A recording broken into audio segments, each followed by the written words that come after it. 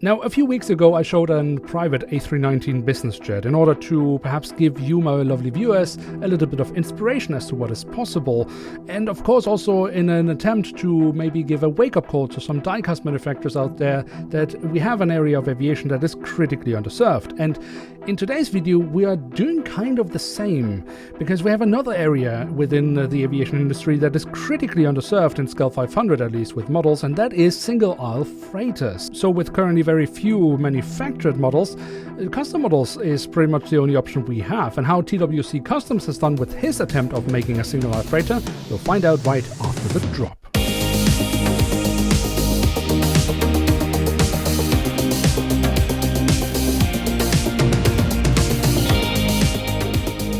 With that, hello and welcome to a new episode of Review, where we today will take a closer look at a Boeing 737-800BCF of Texel Air Australasia. At the front of the box we have a cutout so we can get a glimpse of the aircraft model inside, and then we can of course see that TWC has once again customized the box. So we have the Texel Air branding here on top of the box, and of course he has also added something to the backside in order to, well, give us a better feeling here. I guess we get a lovely image of the aircraft model inside. We have of course his logo, and just overall he has tried to improve on the box design from Herpa Wings. There are of course limitations as to what he can do, but what he is able to do, he has done so, and that is always nice to see. And here she is, the Boeing 737-800BCF, so a Boeing converted freighter of Texel Air Australasia. In, I guess, their standard livery, although there is also a greenish livery that some of their 737s have. Now, Texel Air, the parent company, I think is based in Bahrain, and Texel Air Australasia is a New Zealand subsidiary. I will, however, for simplicity, just refer to it as Texel Air.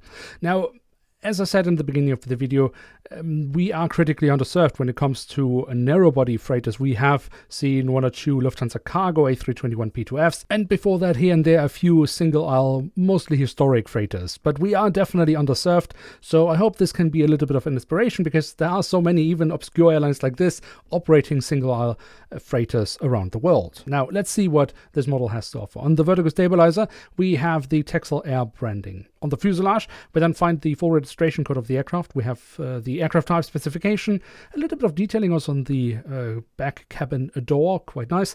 And then towards the very tail of the aircraft we of course have a bit of detailing around the APU exhaust.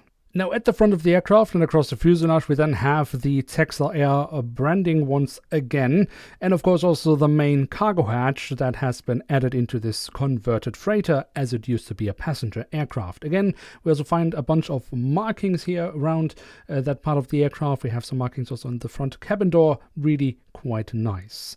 We also have the name of the aircraft underneath the cockpit windows. This aircraft is named Vera, as all Texel Air Australasia aircraft have been named after females. The cockpit section itself then of course has the cockpit windows. Here I would also have loved to see the window wipers, but notice this really lovely mask we then also have. I hope it comes across as dark blue and not black here in the video, because it is a really lovely dark blue, just like the dark blue we see in the branding of Texel Air. And I think this is it looks really nice in real life, but also really very nice with the decals added here to this aircraft model. Now a quick look at the engine nacelles reveals they have been kept in all white, just as most of the fuselage. I do think this is still a leftover from the donor model, because I know that TWC Custom often paints the silver leading edge on, but I think this is still a leftover from the original, including also the safety markings. In this case I would have loved to decal for the safety markings actually, because on the real aircraft they are a little bit higher than on this aircraft model. But as I say, this is I think a leftover from the original donor model. But this is definitely nitpicking. When it comes to the physical detailing, that is the typical standard from Herpa Wings. On the fuselage, just above the wings, we then have the, now of course, deactivated emergency exits. That leads us straight to the wings, which we should also take a closer look at for sure, because here on the top side we do find a lovely bunch of detailing. with the markings for the emergency exits, of course, but also the markings as to where to walk on the wings. And I'm pretty sure that these are actually decals that TWC has added to the model himself. I don't recognize this from any Herpa model, at least. The underside of the wing has more nice physical detailing, and here we also find the full registration code of the aircraft. And of course, this model also has winglets where we find the lovely dark blue and branding of Texel Air has been added by TWC Customs. Then we have the landing gear. That is, of course, the standard landing gear from Herpa Wings, but notice that TWC Customs has colored in the wheel caps. That's really cool. The front landing gear also very nice, and here we also have some markings. Again, very lovely work by TWC Customs, not just continuing delivery, but actually markings.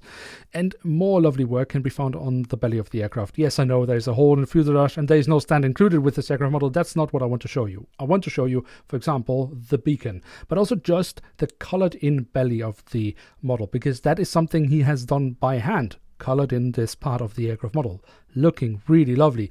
Mixed the colors himself so you get the right blue tone. Also on the top of the fuselage, some nice lovely painted work here, also again including the beacon light. And then last but not least, we do also find the remaining doors to the cargo compartments printed on here at the back of the aircraft and also here at the front of the aircraft. So there we have it, the Boeing 737-800BCF in at least one of the standard liveries of Texel Air Australasia from TWC Customs, based on a donor model from Herpa Wings in scale 1 to 500. And what can we say about this aircraft model? Now, personally, I'm a happy collector with this aircraft model, despite it certainly, I'm sure, not having been the easiest custom model for TWC Customs, because you have large areas where I'm pretty sure he didn't work with any decals, but had to hand paint the model himself. And I think he's done a really great job with that. Also replicating that dark blue color from the real aircraft to this model. I think he has been really spot on mixing the colors himself. Now, if we want to be super nitpicky, as I mentioned, the safety markings on the engines on the real aircraft, they're a bit higher than on this aircraft model. But I also mentioned, I do believe this is a leftover from the donor model itself. And whether you then remove that and then add a decal or stay with the original print, yeah, I guess you can go either way. If we want to be even more nitpicky, we can also mention the deactivated cabin windows, because the real aircraft does, of course, also have these deactivated cabin windows, and you can actually also see it on the aircraft in real life. But on the model, it is a bit more saturated. It's a bit more visible than on the real aircraft. However, if you want to add this as a printed detail, so to say, on this aircraft model, well, then you kind of need to make it visible. If you were making it less visible, what's the point in then having it? And I really do like this kind of BCF factor, I would like to call it. So really showing that this used to be a passenger aircraft and now is a freighter. But yeah, for some it might be too much. I like it like this, but again, this is, I guess, then really down to personal taste, if you want to have it that saturated or less saturated.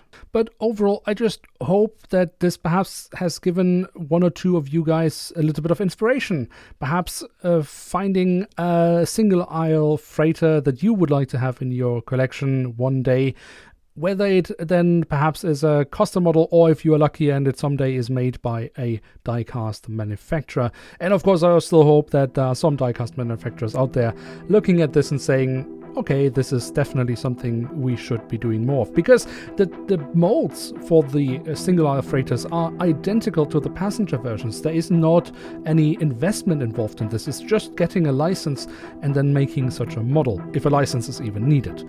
It's not always the case. But what are your thoughts on single-aisle freighters? Are we underserved? Is this just a statement that I've made and I'm not right at all? Let me know your thoughts in the comment section below. And with that, we have reached the end of today's episode. If you have enjoyed this video, then feel free to leave a like. If you're new around here, why not hit subscribe? And with that, thanks so much for watching. Hope to see you soon again. I'm checking out, and bye.